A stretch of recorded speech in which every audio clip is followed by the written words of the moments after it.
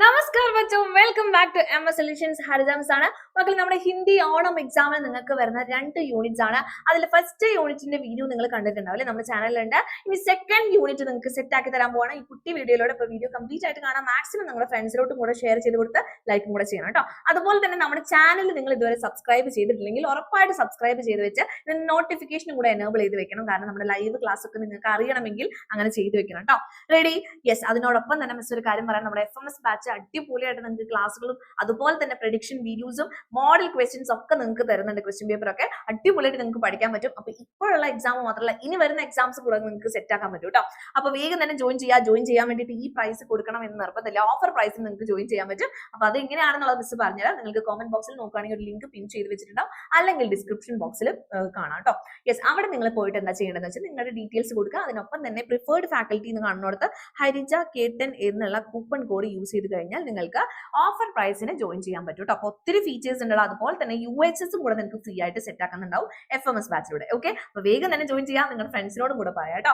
Yes. അതുപോലെ തന്നെ നമ്മുടെ വാട്സ്ആപ്പ് ചാനലും വാട്സ്ആപ്പ് കമ്മ്യൂണിറ്റിയും ഉണ്ട്. നിങ്ങൾ അതിൽ എന്തായാലും ജോയിൻ ചെയ്തിരിക്കണം. കാരണം നിങ്ങൾക്ക് ഫ്രീ നോട്ട്സ് ഒക്കെ കിട്ടുന്നത് അവിടെയാണ്. അതുപോലെ തന്നെ നോട്ടിഫിക്കേഷനും അപ്ഡേറ്റ്സും കാര്യങ്ങളൊക്കെ അവിടെയാണ് അറിയുന്നുണ്ടാവുക. Okay, ready? യെസ്. അപ്പൊ നമ്മുടെ രണ്ടാമത്തെ യൂണിറ്റ് ആയിട്ടുള്ള പരിശ്രം എന്നുള്ള യൂണിറ്റില് ഫസ്റ്റത്തെ ചാപ്റ്റർ ആണ് ഗാന്ധിജിക്ക് നമക് കഥ എന്ന് പറയുന്ന ചാപ്റ്റർ അല്ലെ. അപ്പൊ ആ ചാപ്റ്റർ നമുക്ക് വേഗം ഒന്ന് മനസ്സിലാക്കിയെടുക്കാം എന്താണ് പറയുന്നത് എന്നുള്ള കാര്യം. ഓക്കെ, അപ്പൊ ഗാന്ധിജിക്ക് നമക് കഥ എന്ന് പറഞ്ഞ ഒരു കഹാനിയാണ്. ഇത് എഴുതിയിട്ടുള്ള ഉദയൻ വാജ്പേയി ആണ്. ഓക്കെ, അപ്പൊ മുഖ്യ വിഷയം എന്ന് പറഞ്ഞ യഹ് പാഠ് മഹാത്മാ ഗാന്ധി की नमक सत्याग्रह और स्वतंत्रता आंदोलन पर आधारित है. എന്താണ് പറയുന്നത്? ഗാന്ധിജിയുടെ മഹാത്മാഗാന്ധിയുടെ നമക് സത്യാഗ്രഹത്തിനെ പറ്റിയിട്ടാണ് ഇതിൽ പറയുന്നത് മെയിൻ ആയിട്ട് അല്ലെ. സ്വതന്ത്രത ആന്തോളൻ അല്ലെ, സ്വാതന്ത്ര്യ സമരത്തിനെ പറ്റിയിട്ടും പറയുന്നുണ്ട്.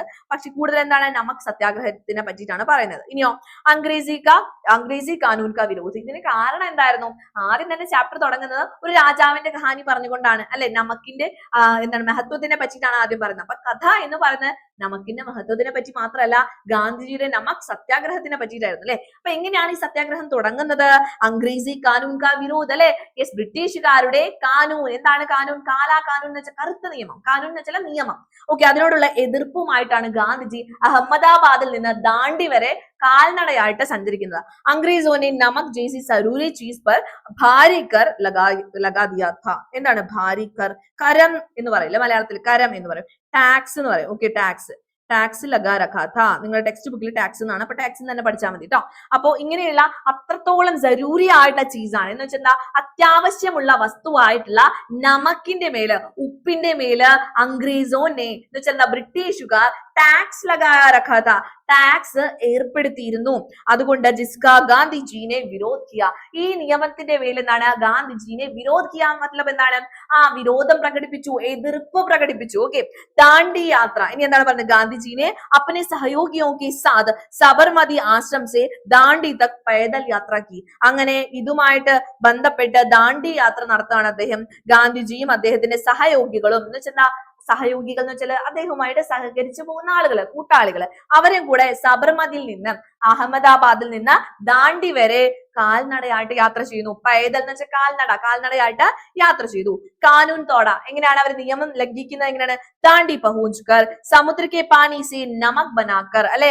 ദാണ്ഡിയിൽ എത്തിക്കൊണ്ട് സമുദ്രത്തിലെ വെള്ളത്തിൽ നിന്ന് ഉപ്പ് ഉണ്ടാക്കിക്കൊണ്ട് നമക് ബനാക്കർ ഗാന്ധിജിനെ അംഗ്രേസോ കാ കാനൂൻ തോട.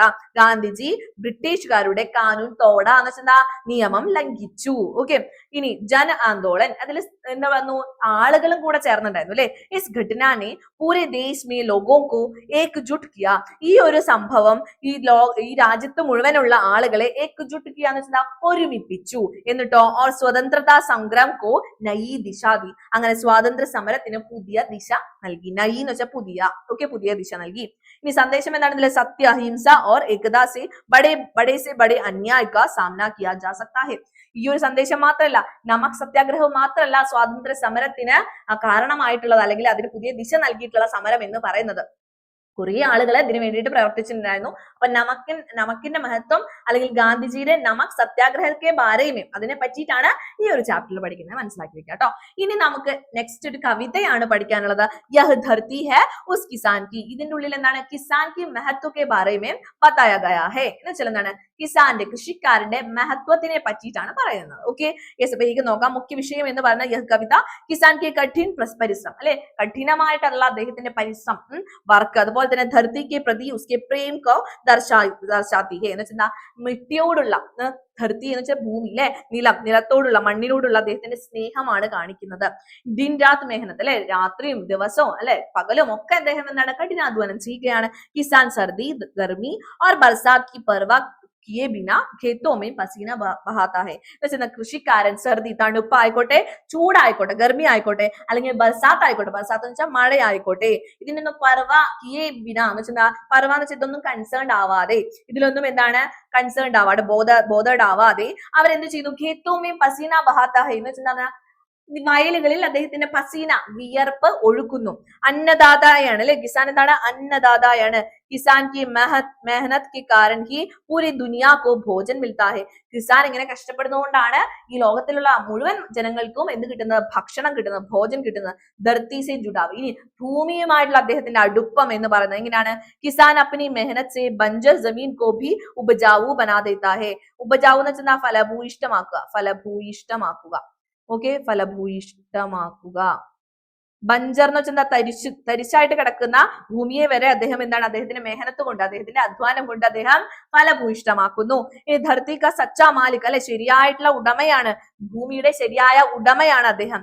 കവി കെ അനുസാർ ജോ മിട്ടി മേ മെഹനത്ത് കർത്താ ഹെ വഹി ധർത്തി ക സച്ചാ അധികാർ ഹെ. അല്ല, നാ രാജാ കി നാ രംഗ് കി എന്ന് പറയുന്നുണ്ട്, അല്ലെ, രാജാവിന്റേതല്ല, ഗരീബിന്റെ അല്ല, പാവപ്പെട്ടവന്റെയോ അല്ല ഭൂമി. ഭൂമി ആരുടെയാണ്? കിസാന്റെയാണ്. കാരണം കിസാനാണ് അവിടെ വർക്ക് ചെയ്യുന്നത് എന്നുള്ള കാര്യം പറയുന്നുണ്ട്. ഹമേ കിസാൻ കെ പരിശ്രം കാ സമ്മാൻ കർണാ ചാഹിയെ എന്നുള്ള സന്ദേശമാണ് പറയുന്നത്. കൃഷിക്കാരന്റെ അധ്വാനത്തെ നമ്മൾ ആദരിക്കണം എന്നാണ് പറയുന്നത്. അപ്പൊ ഇതാണ് നമ്മുടെ യഹ് ധർത്തി ഹെ ഉസ് കിസാൻ കി എന്നുള്ള കവിതയുടെ ആശയം. എല്ലാവർക്കും മനസ്സിലായിട്ടുണ്ടല്ലോ. അപ്പൊ സെക്കൻഡ് യൂണിറ്റ് നമ്മൾ സെറ്റ് ആക്കിയിട്ടുണ്ട്. അപ്പൊ എല്ലാവരും അടിപൊളിയായിട്ട് പഠിക്കാൻ നമ്മുടെ ചാനലിൽ കുറെ വീഡിയോസ് വന്നിട്ടുണ്ട്. നിങ്ങൾ അത് എന്തായാലും കാണണം, ഷോർട്സും കാണണം, അതുപോലെ തന്നെ നമ്മുടെ ലൈവിലേക്കും കൂടെ ജോയിൻ ചെയ്ത് അടിപൊളിയായിട്ട് നമുക്ക് സെറ്റ് ആക്കാം കേട്ടോ. അപ്പൊ എല്ലാവർക്കും ഓൾ ദി ബെസ്റ്റ്.